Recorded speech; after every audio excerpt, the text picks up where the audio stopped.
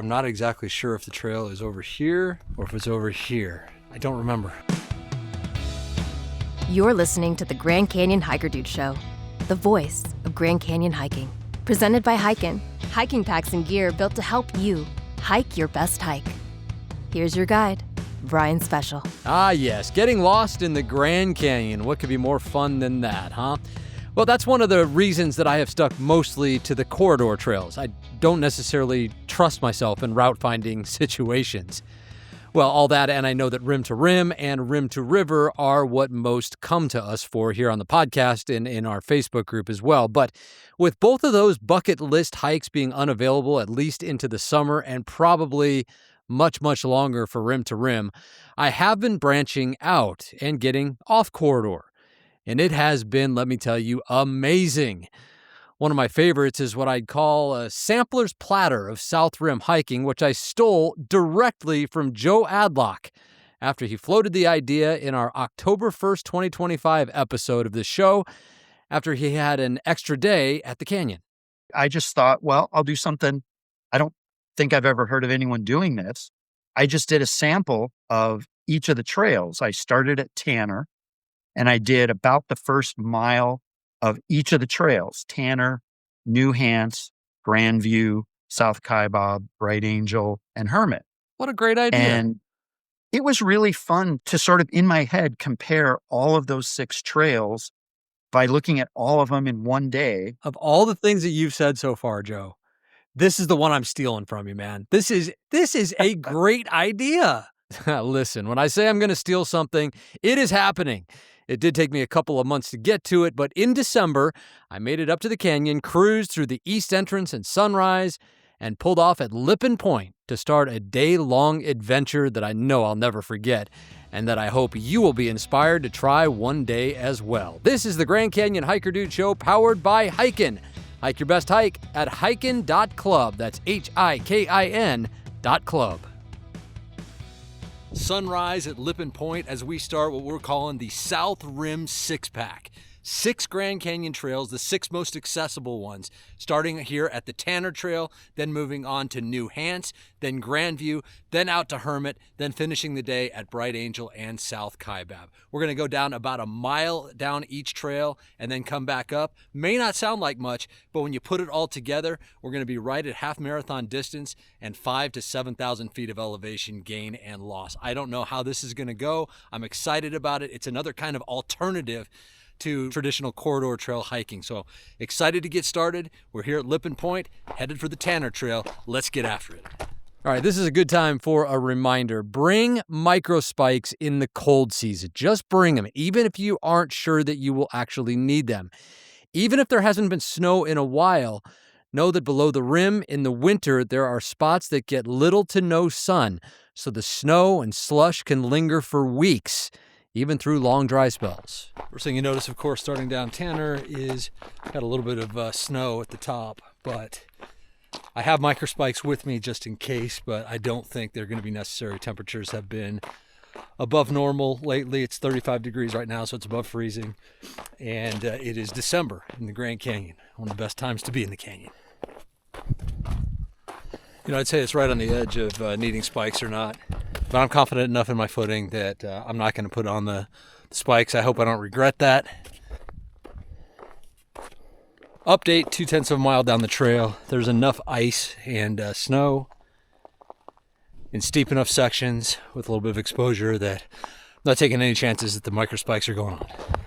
I wear Catula Exo Spikes. Catula is a Flagstaff company, so they're kind of local to the Grand Canyon, which I love. And the Exo Spikes are the smallest ones they make, the smallest spikes. But I've always found that they are just fine for anything in the canyon. And now that I've got them on, I can just feel the traction. I feel the confidence. So I wonder why I just don't put them on from the start. But, you know, you get lazy and I don't need them. Next thing you know, you're on your butt. So I think it was smart to put them on because we got a little, grade right here. And it's just going to give you more confidence when you got the spikes on. So when in doubt, put on the spikes, right? Working our way down through the Coconino Sandstone. Some really cool formations.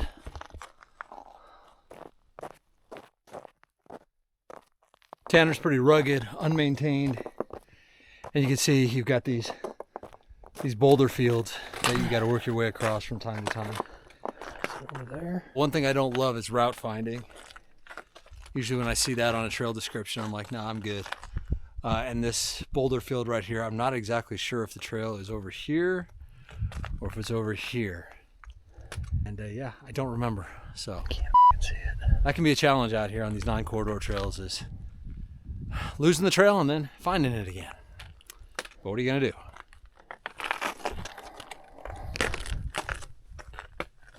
All right, that was a bit of a challenge, but if you just keep looking for any sign of a trail, turns out I could see little steps here and there. And so I knew that's where the trail was at one time. So you just gotta keep looking. It can be a little stressful, especially when you're out here all by yourself.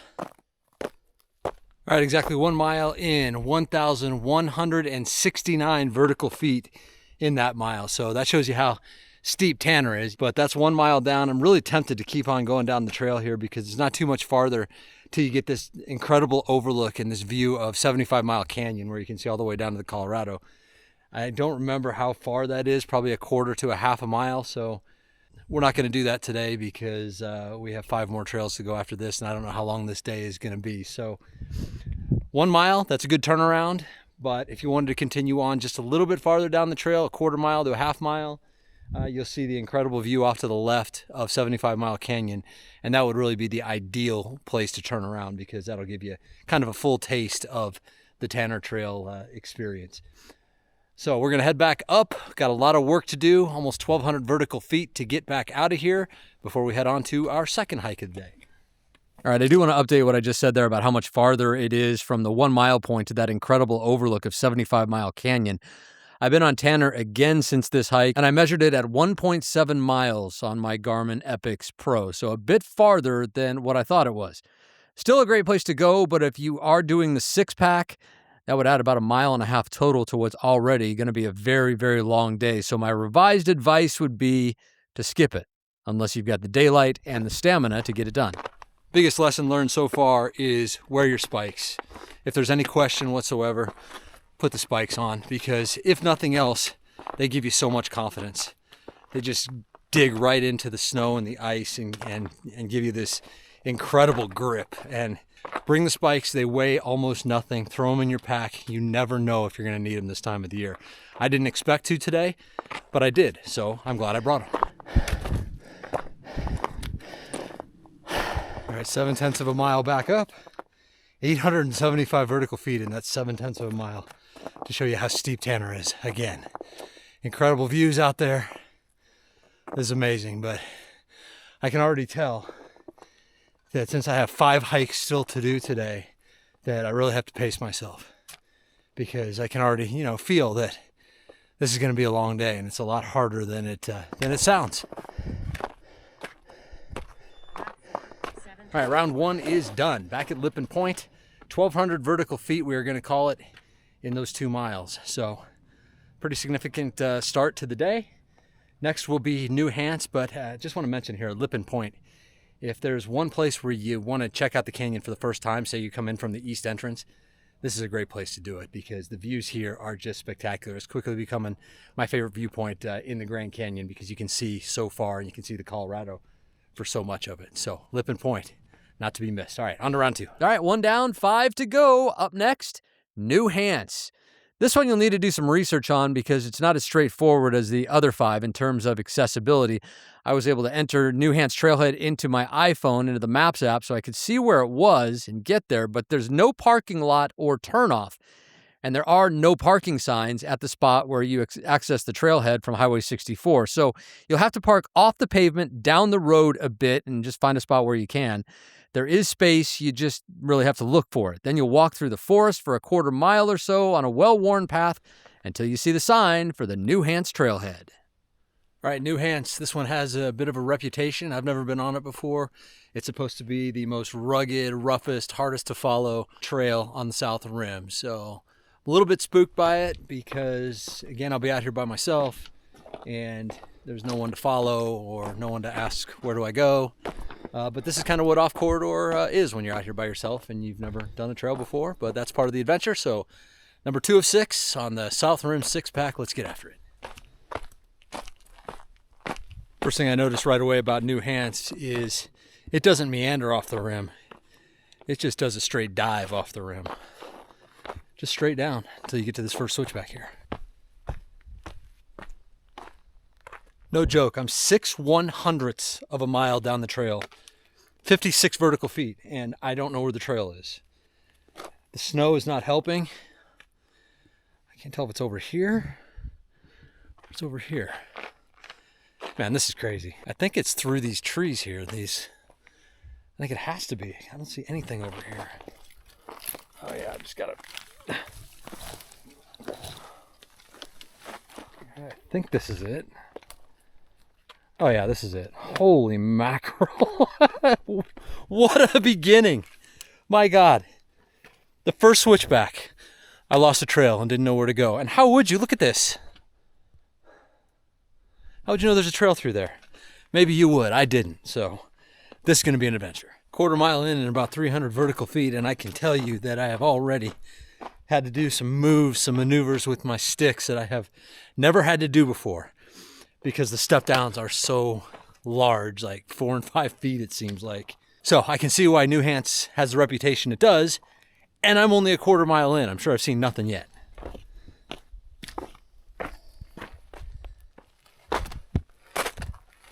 One mile in, the turnaround point, 1,034 vertical feet. Let's talk about New Hance. I got lost, I think 4 times on the way down. There were spots where I was just like, I don't know where the trail is. And you just got to kind of look around and eventually it appears again. And sometimes walk around and eventually it appears again. But it doesn't seem like there should be a trail anywhere. But eventually you find it. So I thought that was pretty awesome, actually. That was kind of fun and kind of entertaining. And so I'm sure that accounted for, I don't know, a few hundredths of the mile that I came down. But time to go back up another 1,000 feet to gain. Not quite as steep as Tanner, but still it's going to be very steep, 1,000 feet in a mile. So back up we go. Definitely a lot different than the corridor trails, especially for a self-proclaimed corridor rat like I am.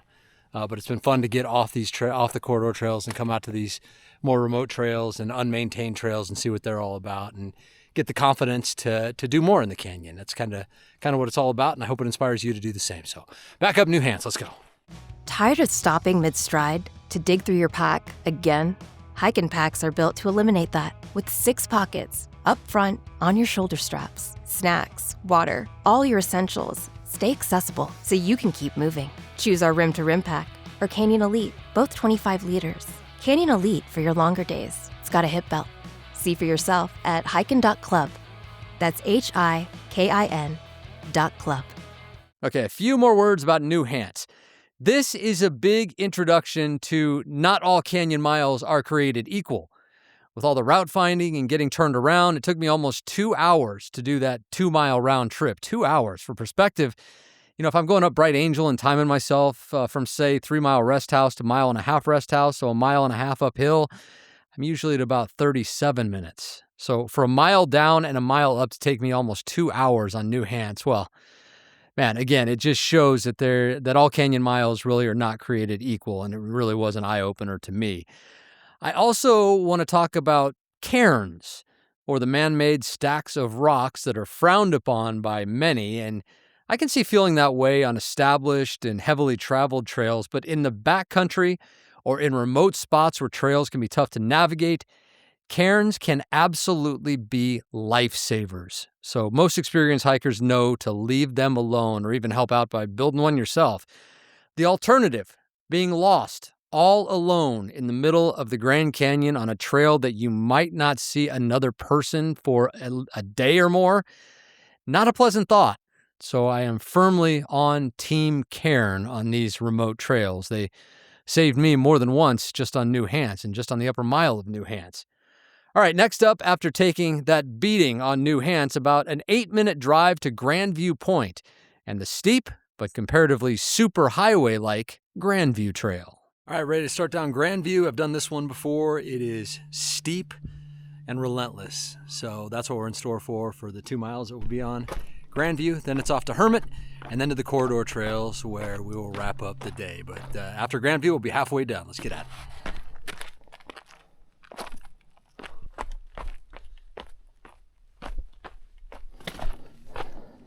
You can come on up. Oh, it's okay. Take a breather before the final push. Yeah. Right. 3 trails in, and that is the first hiker that I have seen outside of myself.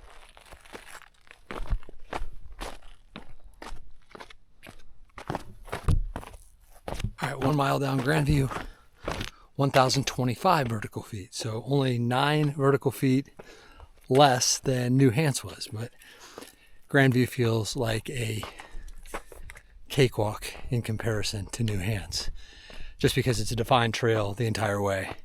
Steep in sections, step ups in sections, but easy to follow and just way more corridor-like than New Hance and even Tanner, but especially New Hance.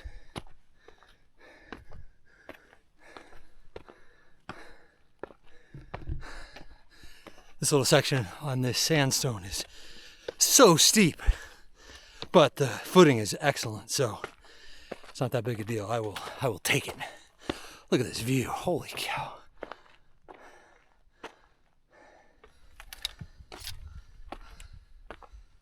All right, so that's Grandview. We are now halfway done. We've done 6-ish total miles and about 3,000 plus vertical feet down and then back up again.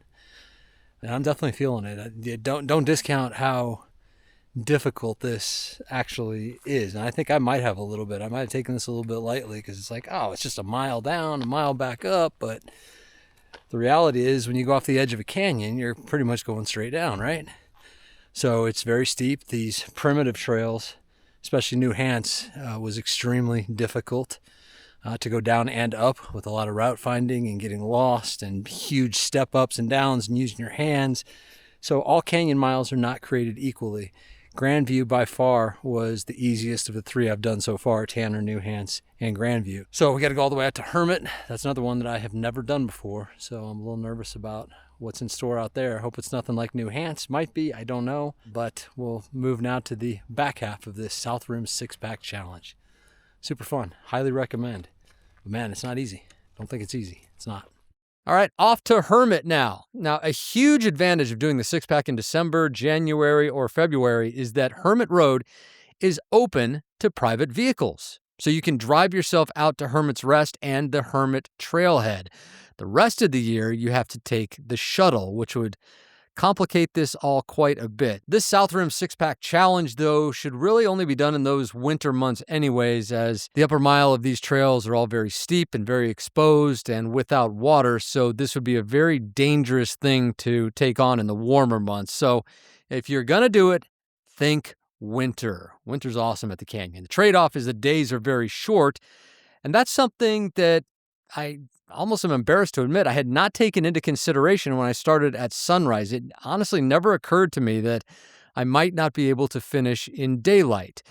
But when I saw how long of a drive it was to Hermit, my expectations began to change. All right, finally made it out to the Hermit Trail. Crazy, about a 42-minute drive, my GPS said, from Grandview, which I was not expecting. So because of drive time and all the filming and stuff like that, and the fact that the day is really short, only about 10 hours of daylight, I don't think I'm going to finish this entire thing in the daylight, which is kind of a bummer to me. It had never occurred to me that I wouldn't be able to, but I think by the time I get to Bright Angel or South Kaibab tonight, we're going to be doing it in the dark, but that's okay. Hermit, never been on this trail before. I'm going to go down a mile, see what it is all about. I think it might be tough to judge Hermit because Hermit starts off going toward the main canyon. It's a little bit steep, but then it really levels off as it meanders into this side canyon. I think just following the natural lay of the land to make it a little bit more of a gentle descent, whereas the other trails we've done just go crashing into the canyon from the rim. This one starts out kind of steep, not as steep as the other ones, but then it's just kind of, you can just see it following the lay of the land here and just kind of gently descending into this side canyon. So I'm sure there are places later where it gets steeper, but we're only doing the first mile, so I feel like this is a little bit of a bonus almost. Not quite the same grade and profile as the other trails we've done, so enjoying it. 1 mile, 866 feet of elevation. Comparatively speaking, that's not that much compared to every other one. So far, the other 3 trails have been over 1,000. Up we go as we start to race the daylight here, and we'll get to the top, and then we finish with the corridor trails, Bright Angel and South Kaibab. It's like a homecoming for me. Looking forward to it. Let's go. All right, that's Hermit, and now I've got the 2 corridor trails. Problem is I got a long drive to them, and I got to shuttle to South Kaibab, so I don't think I'm going to be able to finish this whole thing in the daylight, which is a bummer, but at least the trails that I hadn't seen before, I have now seen, because I've definitely seen South Kaibab and Bright Angel, so on to the final 2. The show never ends in our Facebook group, and you're invited. Hike Club Grand Canyon is our private hiking community where you'll find Brian, Coach Arnie, and a legion of passionate Grand Canyon hikers of all experience levels there to help each other have their best possible Grand Canyon experience. So if you're serious about hiking the canyon the right way, this is where it starts. Search for Hike Club Grand Canyon on Facebook and join our conversation today. Now, my plan when I got back to the corridor trails was to finish on South Kaibab because I thought that was the perfect place to finish with those absolutely epic views, but the calculus had changed by this point. All right, switched it up a little bit and figured that since I'm probably going to finish after dark, I don't have to wait for the shuttle and deal with all that hassle. So I wanted to finish at my car. So I'm going to finish on Bright Angel, and I'm going to do South Kaibab right now. So we'll go down to just a little bit past Ooh-Ah Point. The famous Ooh-Ah Point is 9/10 of a mile down the trail. We'll go just a little bit past that, see some of the incredible canyon views, then head back up, hopefully catch the shuttle fairly quickly, and then proceed on down over to Bright Angel. I'll drive over to Bright Angel after I get off the shuttle and finish the hike that way. Unfortunate timing. This time of year is only 10 hours of daylight. I never really took that into consideration, honestly. I should have. I didn't think I'd have any trouble finishing all this, but a lot of drive time, a lot of starting and stopping. Just waited for like 20 minutes for the shuttle and then had to drive out here. So a lot of extra time that I did not factor in, unfortunately. So probably going to finish, we're definitely going to finish Bright Angel in the dark. So there we go, down South Kaibab. Here we go. Our famous Victor vomit sign. Always got to say hi to Vic. And not be like Vic. Don't be a Vic. All right, we just hit a mile. 1 mile, 723 feet of descent. But we're going to go a little bit farther. I can't help it. It's golden hour, sun setting, and you've got to see these views. They're just barely up ahead. So we're going to go over the 1 mile rule just for South Kaibab. You just come down past just barely a mile and look at this. These views right here are iconic. Howdy. Hey, how you doing? So you can see Cedar Ridge down there, the bathroom at Cedar Ridge right down there. This is Windy Ridge right here, which is that iconic spot where you'll see many, many incredible pictures taken. But this little section right here, and this is 1.06 miles down the South Kaibab, from the South Kaibab trailhead. So if you do the 6-pack, I highly recommend you come down just this little bit farther so that you can see Windy Ridge, and maybe even go down a little bit farther if you want.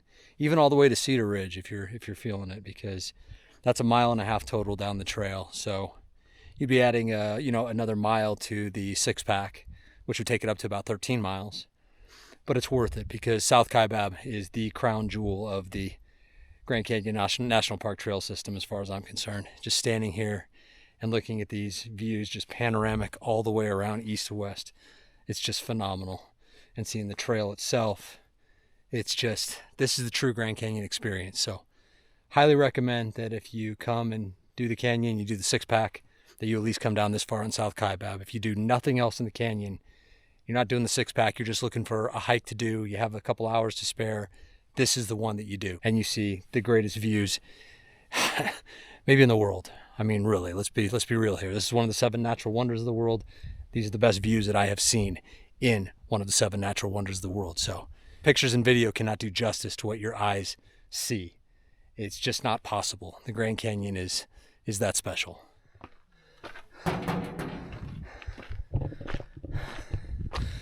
Just like that, we're done with South Kaibab. 800 vertical feet. Similar elevation profile to Hermit. Interesting. One more, Bright Angel. 5 out of 6 on the 6-pack. Complete. All right, here we are at the deserted Bright Angel trailhead, finishing off the 6-pack. I got to run down pretty much the lower tunnel, about a mile down there, and that will finish us off here. But time kind of got away from us a little bit. Had to shuttle to South Kaibab and back, and that took forever. And then there was a emergency medical situation. I couldn't even get into Bright Angel parking lot. So just things working against us here at the end of the day. But it's been a long day. It's been a fantastic day. And we'll finish it off right now doing Bright Angel essentially in the dark. Got my waist light and I'm ready to rock it. Let's go. All right, I've got the lower tunnel at 9/10 of a mile. So much to my chagrin, still another 1/10 of a mile we got to go down to make this official. All right, we have reached our turnaround point. We're at exactly 1 mile and 688 vertical feet. Back up we go, then we head for the hotel. Nice hot shower. Let's go.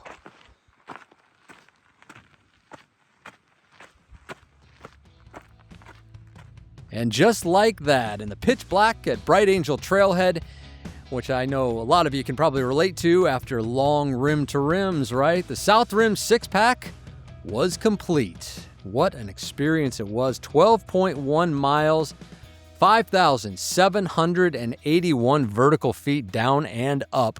Roughly the same elevation gain and loss as it would be from North Kaibab all the way to the river, but that would be over 28 total miles round trip, and this was just a tad over 12. So much, much steeper when you put them all together. Right at 11 hours total it took me with all the drive time, and only had 10 hours to play with, it turns out. So that's the one thing I learned, that it's going to be difficult if you're stopping to film or if you're stopping for lunch. It's like every second counts this time of year when there's not a lot of light to play with. So I might have been a little quicker had I known that and not had to pick up the pace so much at the end, and still was not able to finish in the daylight. But overall, just a 10 out of 10 Grand Canyon experience, like most of them are. This one was just kind of unique. Again, just like kind of like a sampler's platter, a smorgasbord of Grand Canyon hiking. You got to do so much in just one day. 6 Grand Canyon trails in a day. Pretty darn cool. Joe Adlock, man, I'm going to call him, I don't know, he's the grandfather, the godfather of the South Rim 6-pack. Somebody even said maybe we don't even call him Facebook Joe anymore because he's so well known in our Facebook group. Maybe he just becomes 6-pack Joe.